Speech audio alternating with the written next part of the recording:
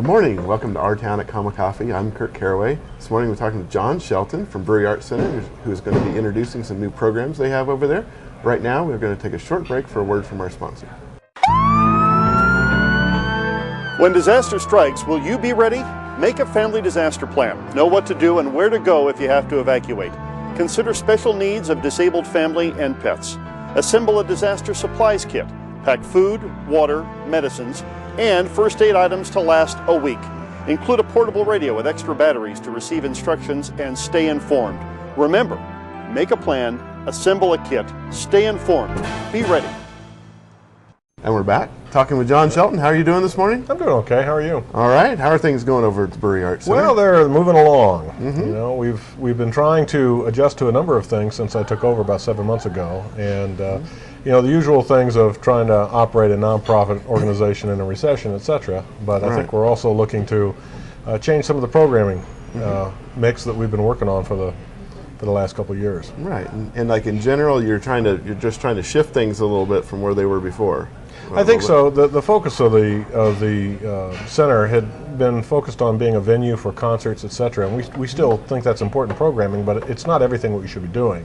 And so we're starting to expand and diversify our programs to sort of appeal to different segments of the community as well as different times of the week, and try to build up what we're trying to do. All right. So now, what's some of the new ones you're introducing here? Well, we've got a couple that we're starting this summer to sort of test the waters and see how they work. And we've already started one of them, which is called Cultures of Nevada, which is really intended to focus on matinee programs that take place on Saturdays, designed for families, kids and parents and families, but it's more a participatory kind of experience rather than just a kid show. And it's also trying to take into consideration our focus on Nevada artists or subject matter that is focused on Nevada, or both. And we've had a couple of matinees so far. We've had the Erica Paul trio a couple of weeks ago, and then just this last weekend we had Andy Allen, who is a Paiute storyteller. Now we've got 4 more programs coming up that should be pretty exciting.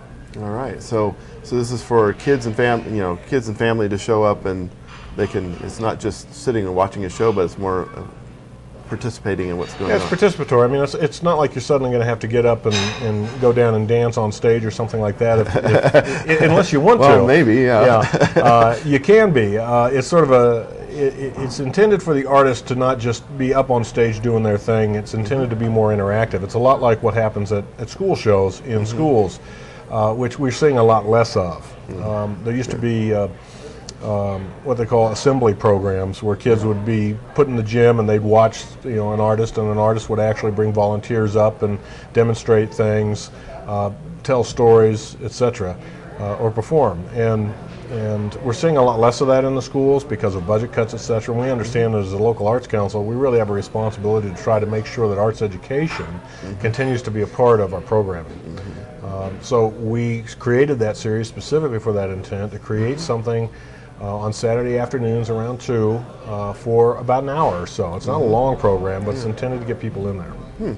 That's neat. So yeah, so quick. It's on Saturdays when people aren't working, and it's nice and quick, and they can get in and out. And yep. And it's priced pretty reasonably too. Now we've got 4 things coming up.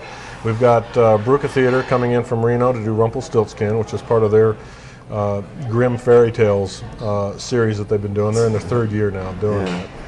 And we've got Sheena Carlson. I got to look at my notes here, make sure I'm doing it.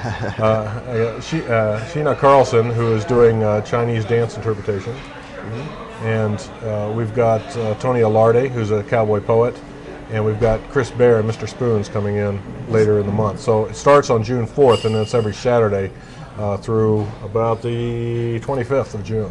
Okay. We're going to take a short break right now and come back after a word from our sponsor. Do you feel like you have to take out a loan to pay your water bill? Is that drip, drip, drip driving you nuts, nuts, nuts? Leaky pipes can cost you a fortune, not to mention the wasted water.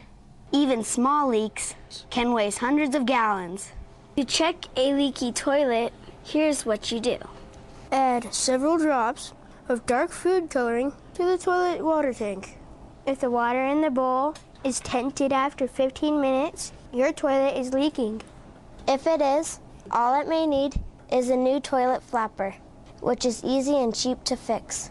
If you don't want to do it yourself, you may want to call a licensed plumber. Outside your house, check your hose bibs. They can waste thousands of gallons of water over the summer.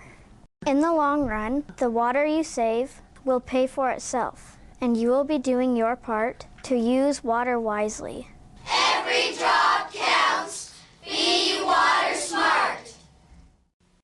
And we're back talking with John Shelton from Brewery Arts Center, talking about these great matinee programs you have on Saturdays. Yeah. And we were, just as we left, we went through a few of them. The Mr. Spoons, our Chris Bayer, who shows up on this program from time to time. Yeah, he shows up a lot everywhere.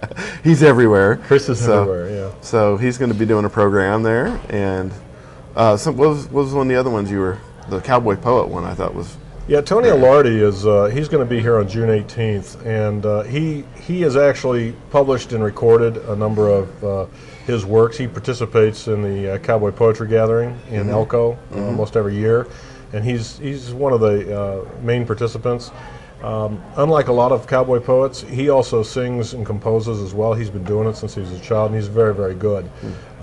So he'll tell stories as well as do poetry, and really, and is a working cowboy. So it's so he has a background that really gives itself, gives our series credence in the sense that he's very representative of Nevada and the West.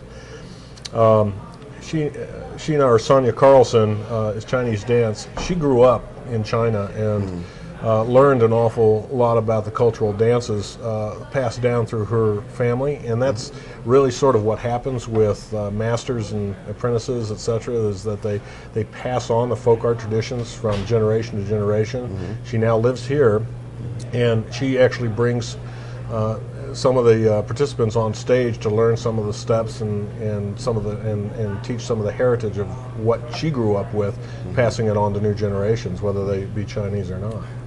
Oh, that sounds like great for kids to watch. Yeah, it should be good stuff. And then of course we got Bruca Theater here on June 4th. We're doing 2 shows for Bruca, so it's and Rumpelstiltskin is a perennial favorite, and it's really designed not just for kids. I mean, people think, oh, this is just going to be kids' theater stuff.